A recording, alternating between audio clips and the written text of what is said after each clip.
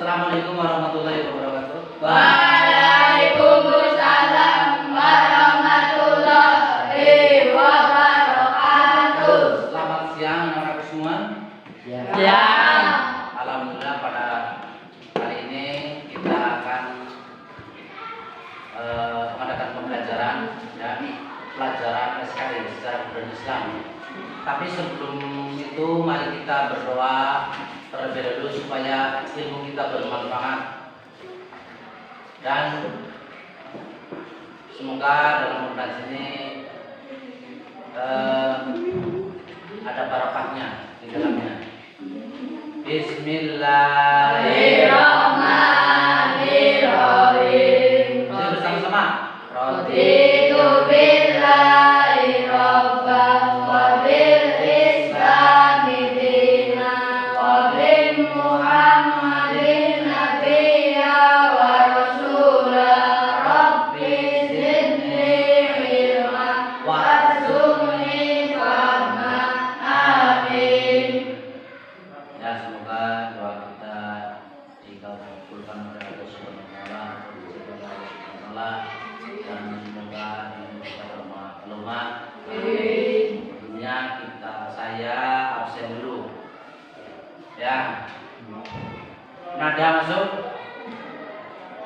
Iren. Aldo. Masuk. Oke. Masuk. Sofyan. Masuk. Akmal. Masuk. Hafiz. Masuk. Reza. Iren. Bila. Nabila. Masuk. Neva. Nada. Masuk semuanya? Masuk. Ya. Alhamdulillah pada siang ini atau dalam pembelajarannya Pak Ando semuanya masuk dan alhamdulillah pada sehat-sehat semuanya. Untuk materi kali ini ya saya akan mengulas tentang sejarah Islam yang ada di Indonesia, yaitu Sunan Kalijaga. Ya. Sunan Kalijaga ya, atau Raden Syahid ya, putra Temenggung Wilatita di Tuban. Ya. Berarti beliau Sunan Kalijaga adalah putra bangsawan. Ya, priai caranya itu. Raden. Kalau sebutan Raden itu priai ya, orang bangsawan. Keturunan Adipati Tuban yaitu Temenggung Wilatita. Ya. Itu. Raden Syahid. Ya. Ketika kecil beliau apa ya, cara bergaulnya itu justru tidak seperti bangsawan lainnya, tapi Sunan Kalijaga bergaulnya itu dengan rakyat jelata atau rakyat biasa ya, seorang anak adipati tapi maunya bergaul seperti bersama-sama kita orang masyarakat ya. Biasanya kan anak-anak bangsawan kan ya hidupnya di keraton ya, bersama bangsawan lainnya, hidupnya enak, memakai bajunya bagus, ya. Tapi Raden Syahid ini, Sunan Kalijaga ini tidak seperti rekan-rekan bangsawan lainnya. Justru Sunan Kalijaga itu bergaul dengan masyarakat biasa atau rakyat jelata. Semakin kesini semakin besar ya Sunan Kalijaga atau Raden Syahid. Di daerah Tuban terjadilah paceklik yang sangat panjang, ya, marau, makanan atau bahan makanan yang sulit, ya, nandur jagung, nggak panen, nandur padi, nggak panen karena kemarau yang sangat panjang. Sementara, ya, dari pihak kerajaan atau pemerintahan, masyarakat itu dipunguti pajak atau dipunguti pajak lah sekarang ya, pajak, tahu pajak 1 tahun sekali. Waktu itu di Tuban itu posisi alamnya panas atau kemarau, jadi menanam apa-apa itu sulit, ya, karena kebanyakan masyarakat Tuban itu bertani atau bercocok tanam. Ya mungkin ada yang berdagang, ya mungkin ada yang bekerja di pemerintahan. Itu yang sangat sulit.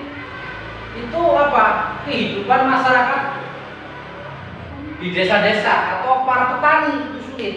Karena setiap menanam padi, setiap menanam jagung atau ketela atau itu tidak panen karena kekeringan. Ya mungkin kalau itu ada kekeringan juga ada hama, babi hutan, perong, walang sangit dan lain-lain. Itu yang menjadikan panen itu gagal.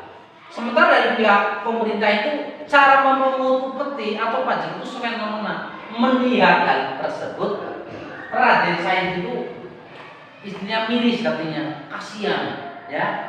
Akhirnya suatu ketika, ya, pada suatu malam, ya, dia mencuri di gudang kadipaten, ya. Segala apa di situ makanan itu ada di gudang kabupaten. Diambilnya, ya, oleh Raden Said. Memakai apa? Cadar seperti ninja, ya, supaya nggak kelihatan oleh penjaga kadipaten. Dia mengendap masuk ke gudang dan mengambil bahan makanan sebanyak mungkin, ya, terus dibagikan ke masyarakat yang membutuhkan atau tidak mampu. Karena pada waktu itu banyak sekali masyarakat yang kelaparan, yang sampai greget itu di TV itu ada Sunan Kalijaga film itu, ya, nggak makan, ya, nyampe greget, kurus banget itu karena nggak makan dan digeluti laler, ya, matanya mendelok itu karena lihat itu di TV itu Sunan Manu filmnya Sunan Kalijaga itu, karena waktu itu kan kemarau panjang, jadi sulit mencari makan. Itu anak-anak pada kurus, matanya besar, mendelok, ya, terus giganya kelihatan, balungnya, perutnya kecil, tidak memakai baju, ya, itu kasihan tuh dilihat di filmnya itu. Lah, karena sering mencuri makanan di gudang itu, di gudang kadipaten, dari pihak kadipaten itu curiga, kok persediaan makanannya kok berkurang, curiga dari kabar. Aja diselidiki, ya, ternyata yang mengambil atau mencuri makanan di gudang kadipaten adalah Sunan Kalijaga atau Raden Said tuh, ya. Lah akhirnya diusir oleh orang tuanya, kalau ketemu tidak suka mengusirnya. Dan Raden Said itu pergi, ya, menuju kemana? Ke hutan Jati, ya, Wangi Jati namanya, ke hutan, ya. Dia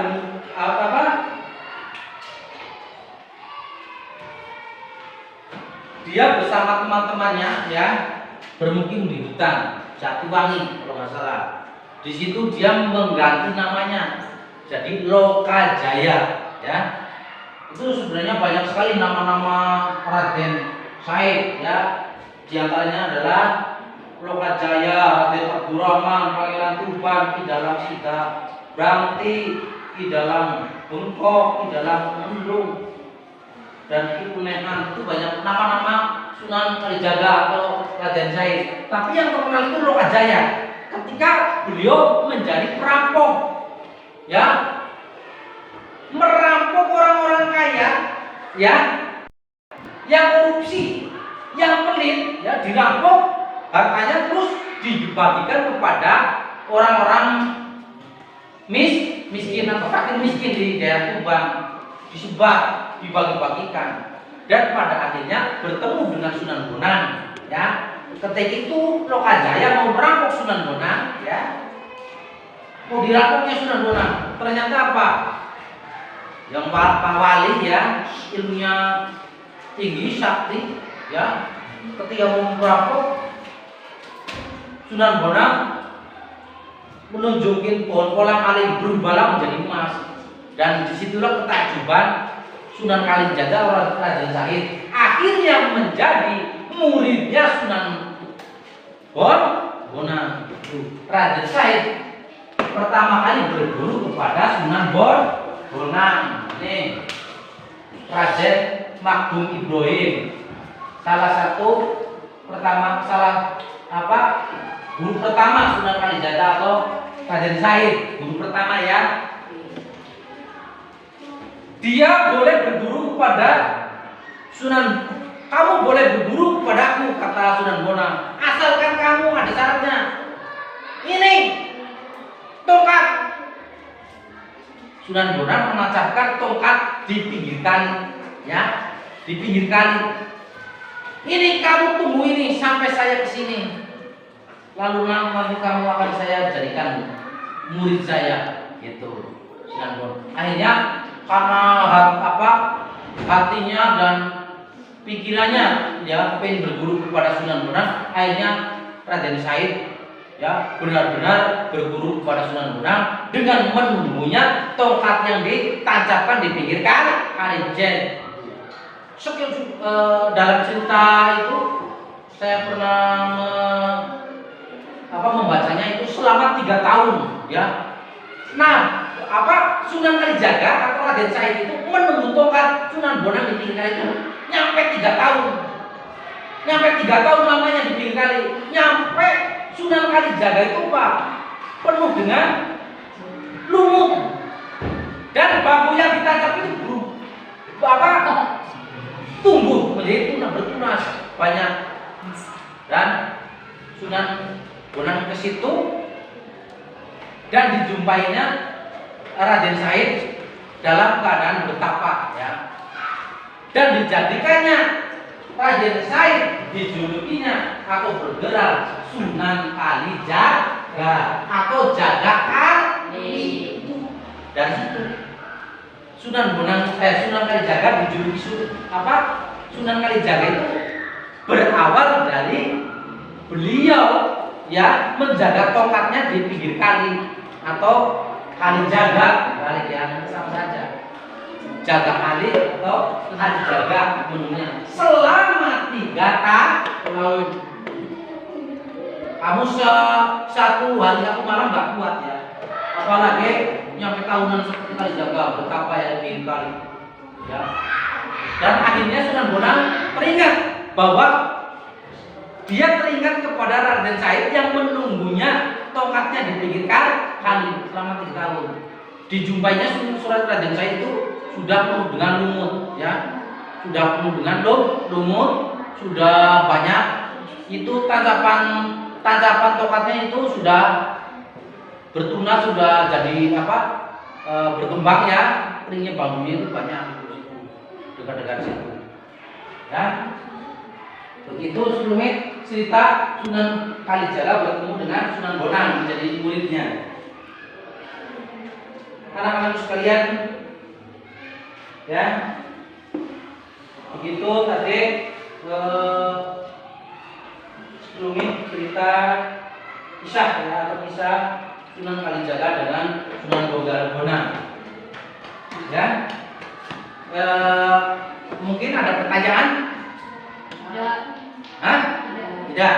Kalau begitu, guru yang akan nanya, ya. Siapa nama asli Sunan Kalijaga? Ayo, siapa yang bisa langsung? Ya, siapa? Raden Said. Betul. Pertanyaan kedua, siapa nama ayah dari Sunan Kalijaga atau Raden Said? Langsung, yang bisa. Ayah. Hah? Siapa nama ayo? Siapa? Bila ayah dari Raden Said. Tidak ada yang bisa? Temenggung wilatik tak dari itu uban.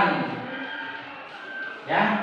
Apa yang dilakukan Sunan Kalijaga ya pada malam hari di gudang Kadipaten? Apa yang dia lakukan? mencuri bahan-bahan makanan buat masyarakat miskin. Ya. Akhirnya sudah kerja ditangkap oleh prajurit Kadipaten. Nah, ayahnya memarahinya, sehingga ayahnya apa? Kepada Sunan Kalijaga mengusirnya. Ya, begitulah ya.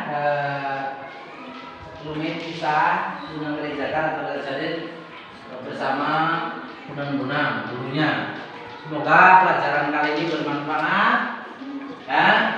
Terus kamu kerjakan halaman 15 sebanyak 15 nomor untuk PR di rumah ya. Dan saya cukupkan di sini dulu pelajaran kali ini. Bila ada kata-kata yang kurang sopan ya pada anak sekalian, maaf. Dan saya akhiri cukup sekian. Assalamualaikum warahmatullahi wabarakatuh. Waalaikumsalam warahmatullahi wabarakatuh.